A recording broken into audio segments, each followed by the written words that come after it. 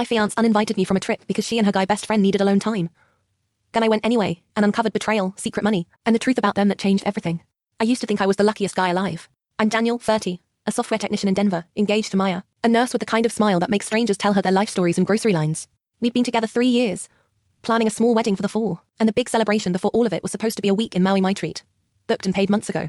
2 weeks before the flight, Maya sat across from me at the kitchen table, twisting her mug like it owed her money. She said, "Don't be mad, but Tyler is going through a rough breakup and he really needs me. He asked if this trip could be just the two of us so he can clear his head." Tyler was her guy best friend, a marketing rep I'd met maybe 4 times. I laughed because I thought she was joking. She wasn't. She said they'd reimburse me later, that it would only be this once, that I was secure enough not to make it weird. My chest felt hollow, but I just smiled and said, "Okay, if that's what you need." My co-worker Jenna heard the story the next day and nearly threw her stapler. She said, "You paid for paradise and they want to turn it into a therapy retreat." Absolutely not.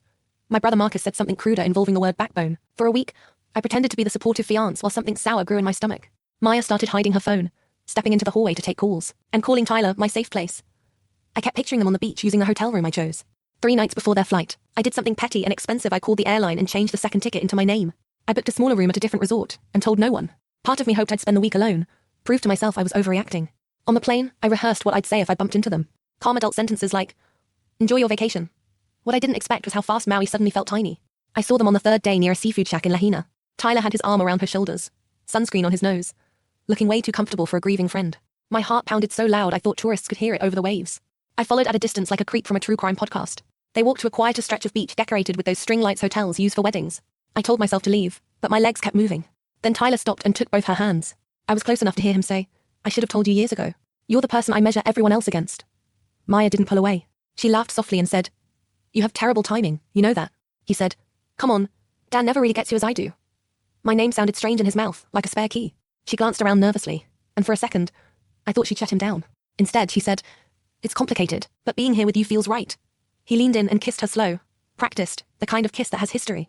My phone buzzed at that exact moment. A text from Maya. "Miss you. Wish you were here, babe." I nearly dropped the device into the sand. I stepped back behind a rental umbrella, shaking. Part of me wanted to march over and start yelling names that would get me banned from the island. Another part felt weirdly calm, like the last puzzle piece finally clicked. I called Jenna and whispered the whole scene while watching them take selfies together. She kept saying, "Take screenshots, breathe, don't get arrested." Marcus texted that he'd help me move my stuff out if I decided to end it. I'm sitting in my cheap hotel room now, listening to waves through a cracked balcony door, trying to decide whether to confront them tonight, or wait until we're back home. Maya still thinks I'm in Denver feeding our cat. There's more I haven't told you yet. While I was changing the ticket, I discovered the original booking wasn't made with my card as I believed. It was paid using a joint account I didn't recognize. Opened months ago in Maya's name with someone else listed as co-owner. Check out the full story by clicking the link below.